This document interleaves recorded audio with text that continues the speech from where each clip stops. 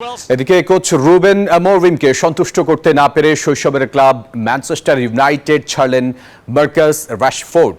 2 দশক পর man you ছেড়ে অ্যাস্টন ভিলায় লোনে গেলেন তিনি। চলতি মৌসুম শেষ হলে ঘরের ছেলে ঘরে ফিরবে যদি ভিলা না রাখতে চায়। প্রয়োজনে 63 বছর বয়সী গোলকিপিং কোচ ভিতালকে খেলাবো, কিন্তু ট্রেনিং সেশনে যে নিজের 100% দেবেন না, আমার দলে তার জায়গা নেই, সে র্যাশফোর্ডই হোক না কেন। চলতি মৌসুমে ম্যানচেস্টার ইউনাইটেডের কোচ হয়ে আসেন রুবেন আমোরিম। এরপর থেকেই শোনা যায় অনুশীলনে বড্ড অমনোযোগী ছাত্র মার্কাস রাশফোর্ড, যার জন্য কোচ এক সংবাদ সম্মেলনে সাফ জানিয়ে দেন ট্রেনিংয়ে নিজের সর্বোচ্চটা দিতে হবে, পরিশ্রম করতে হবে, তারপরেই মিলবে মেইন 11-এ জায়গা।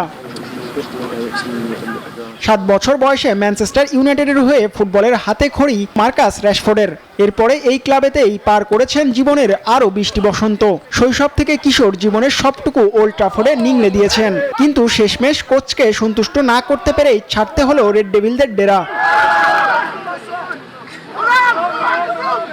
গেল বছরের 12 ডিসেম্বরের পর থেকে বেঞ্চে বসে বসে কাটিয়েছেন এই ফরওয়ার্ড। এরপর থেকে ক্লাব ছাড়তে মরিয়া ছিলেন তিনি, তাই তাকে দলে টানতে প্রতিযোগিতায় নেমেছিল বার্সেলোনা। তবে আপাতত প্রিমিয়ার লিগেই থাকতে চান রাশফোর্ড, সিদ্ধান্ত নেন অ্যাস্টন ভিলাতে যাওয়ার। তাকে ম্যান ইউ এই মৌসুমের শেষ পর্যন্ত লোনে পাঠিয়েছে ভিলা পার্কে। যদি ভিলা চায় তাহলে মৌসুম শেষে তার সঙ্গে নতুন করে চুক্তির মেয়াদ বাড়িয়ে নিতে পারে, আর সেটা না হলে আবারও ম্যান ইউ এর ঘরের ছেলে ঘরে ফিরবে মার্কাস রাশফোর্ড। জিহাদ আল হাসান, নিউজ 24।